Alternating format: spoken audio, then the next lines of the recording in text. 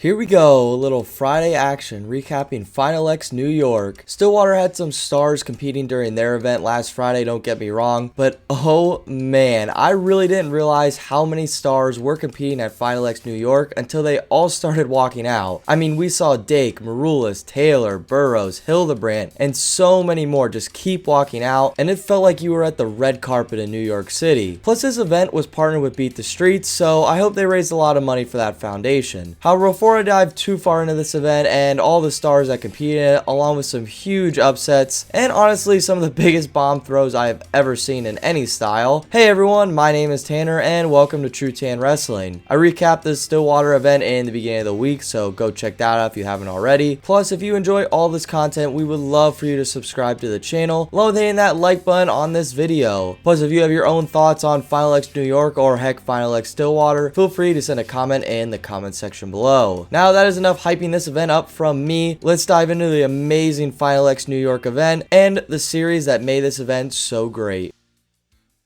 The event started off with a little Greco action, and my man Kamal Bey is finally back on the mat after his year suspension. He was banned for a year due to failing a whereabouts test 3 times, which is 3 strikes and you are out kind of test, so that is exactly where he's been for anyone who was wondering. Luckily, he transitioned over to the W cap during his time period off, which is a better club for developing our Greco guys, at least that's the main club for Greco guys in America. He faced off against Bryn Holmes, who is a teammate of the W cap, and they even trained together on Team Colorado back in their Fargo days. Also, get used to these W cap matches throughout this event because there was a few. At first, this series seemed like it would just be a case of two guys that were too familiar with each other, but once Kamal Bey got on top, his prodigy Greco abilities really shined through, and it led to a second period pin for Bey in match 1, and then he got a tech pin in match 2, which he controlled basically the full time to make another world team. Honestly, I love Kamal Bey, like I've said throughout several videos, for the simple reason that he makes Greco a lot of fun to watch, and he just uses a foreign style, which is what I honestly think USA guys need to start adapting, considering those are the guys getting all the medals overseas, but I'm just a media guy, so what do I even really know? Our second series of the night, we saw young star Amit Elor really take apart Skylar Grote, which I thought was kind of shocking. Grote's really not a girl to mess with, she's honestly a buzzsaw in her own right, but talk about Elor just smashing onto the senior stage. She was a stud on her own age level stages, and she is looking like a serious threat on the senior level. Also, let's just break down the weight class real quick. We have Kylie Welker and Kennedy Blades at this weight, along with Elor. Those are some super young ladies battling at the same weight, and Grote is only 24 too, so women's wrestling is in some good hands with some young hammers making weight so deep. Next, we had a massive series in Yani versus Evan Henderson, which match 1, wow, was just crazy. I really thought Henderson was going to get it done here. Yani took a quick 4-0 lead, but after 2 signature head pinches by Henderson, he would tie the match up, and after that, it just started getting wild, with the final score ending 10-9, but really 11-9 after a failed challenge from the Ohio corner, and Yani would take match 1. In my eyes, Henderson wrestled almost a perfect match to beat Yani, but once Yani picked him up to get the last push out for the win, I realized, oh yeah, Yani always just has that clutch gene, and he took match 1. I was surprised Yani fell into Henderson's game so much, but maybe some match 1 nerves, because once he got to reflect and make some adjustments, he came out and got a quick second period tech, winning 14-4, and he's heading back to the World Championship, so hopefully he can end the drought at 65 kilograms for us bringing back a medal. Then we had a quick Greco series at 87 kilograms with the Cuban transfer getting a fast minute pin over Young, and then getting a first period tech fall over Young in match 2 to send himself back to the World Championships. Vera is a super experienced Greco guy, and I think Young is good in the craft. He just needs a little bit more time to develop himself, especially facing someone like Vera.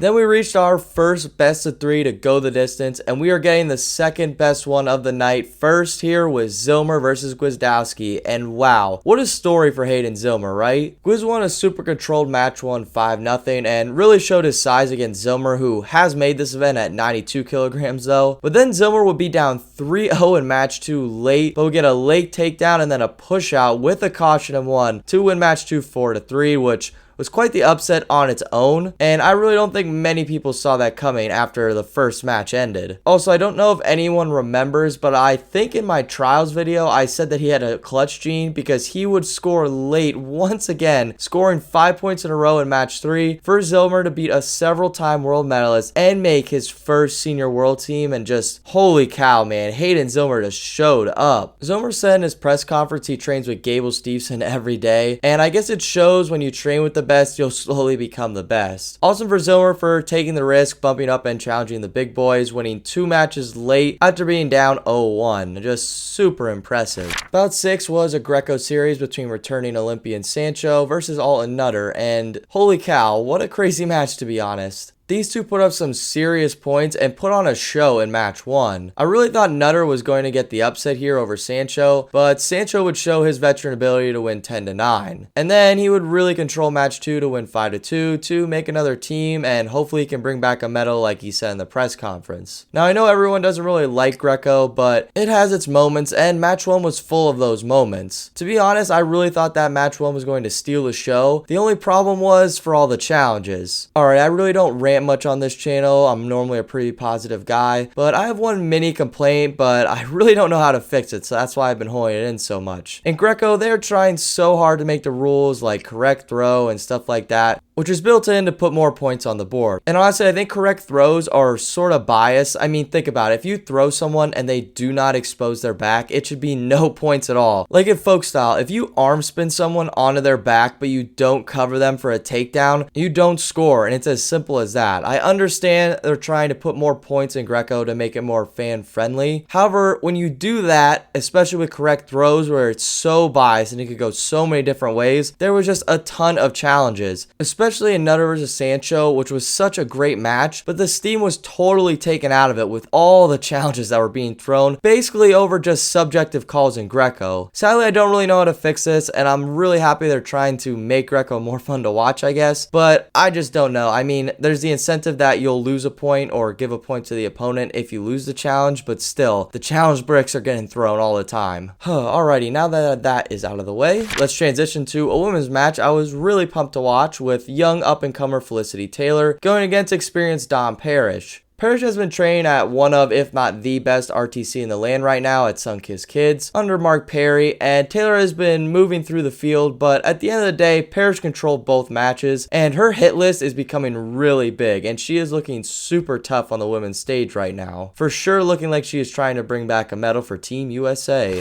Then we had our best of 3 going the distance champs in Roberts versus Avizov, who have had 3 best of 3s go the full distance so far. The first match was honestly pretty awesome to watch. There was a lot of cool scoring, with Avizov winning 11-9. Roberts would win a slowed down match 2, 3-2, but Avizov would show up with his experience, winning 4-1 to make another team, and hopefully he can finally bring home a medal like he's been trying to for years. Unfortunately, the next match will be contested at another time with 62 kilograms women's, because Miracle is suffering an injury. I am assuming she got that at Pan Am's. So Roberts versus Miracle will be at a later date, hopefully at Fargo, because I plan to make a ton of Fargo content.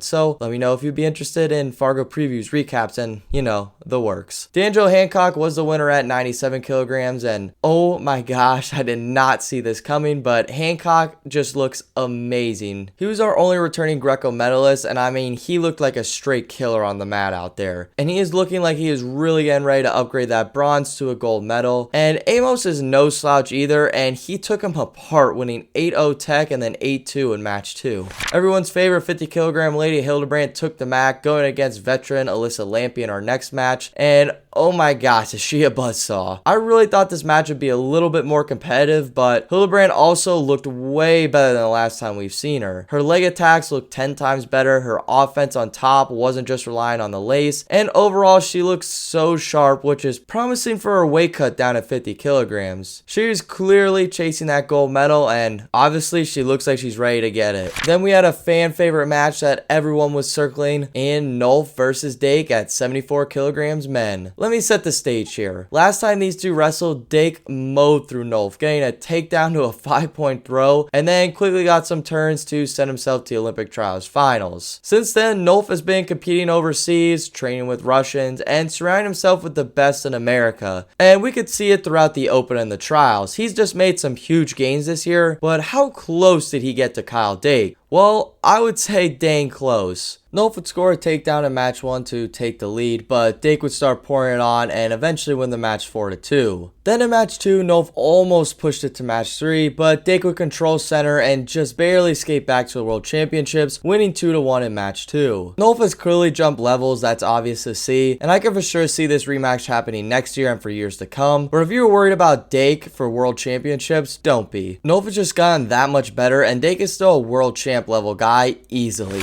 Similar to 97 kilograms Greco, but in women's 57 kilograms, we saw a longtime women's star in Helen Maroulis just smoking her way to another world team, winning both matches over Hedrick 10-0 tech fall, and Maroulis is really showing no signs of heading back into retirement. Then we had two series that really elevated this event in my opinion. I would argue this event had great matches, but there was for sure moments in the event where there were dips in competitive matches. However, these last two series easily ended that argument, and to start our last two series of the night, we had the last best of 3 go the distance with Burrows versus Marsteller. Burrows would win a shutout match 1 at 79 kilograms 4-0 in a well-controlled match that would be predicted based on the defense of Marsteller. Then Marsteller came out and wrestled an amazing match 2. He would get a pretty good arm spin early to score 2, and then use his defense and match awareness to sneak out a match 2 with a win 2-2. However, in match 3, Burrows started cutting out the takedown game and just controlled center to get some pushouts and a late takedown to win another shutout 5-0 to make like his millionth world team. But even though there was a lot of blood time and slow moments, I think this series was one of the best of the night. Maybe Zilmer Gwiz was a little better, but I don't know, man. This series was just awesome and a roller coaster of emotions, and you know we love that at TrueTan Wrestling. Also, I was spinning this in my head. If you flash back to when Marsteller was in high school and you say him and Jordan Burrows are wrestling for a world team, you would not think anything of it besides, yeah, I could see that happen. So I'm really happy for Chance Marsteller, even though he didn't win. He's easily back at this level, so keep trucking along, Chance. Finally, we wrap up with David Taylor versus Zahid Valencia, which had a ton of hype leading into this series. And at first, this 86 kilogram match was living up to the hype, honestly. Zahid had the lead, but David Taylor would pick it up to win match 1 4-2, an impressive match that any wrestling fan would love. However, match 2 was all David Taylor, warming up after match 1 and making some changes, with David Taylor truly looking back to form, winning match 2 10-0 tech fall over Zahid Valencia in the second period. It was really awesome to see David Taylor back on the mat again, and it was even better that he looked better than ever, honestly. Not to discredit Zahid, I know he got teched in that second match, but he really wrestled a great match 1. He just kind of ran out of steam, it seemed like, which is hard not to do against David Taylor.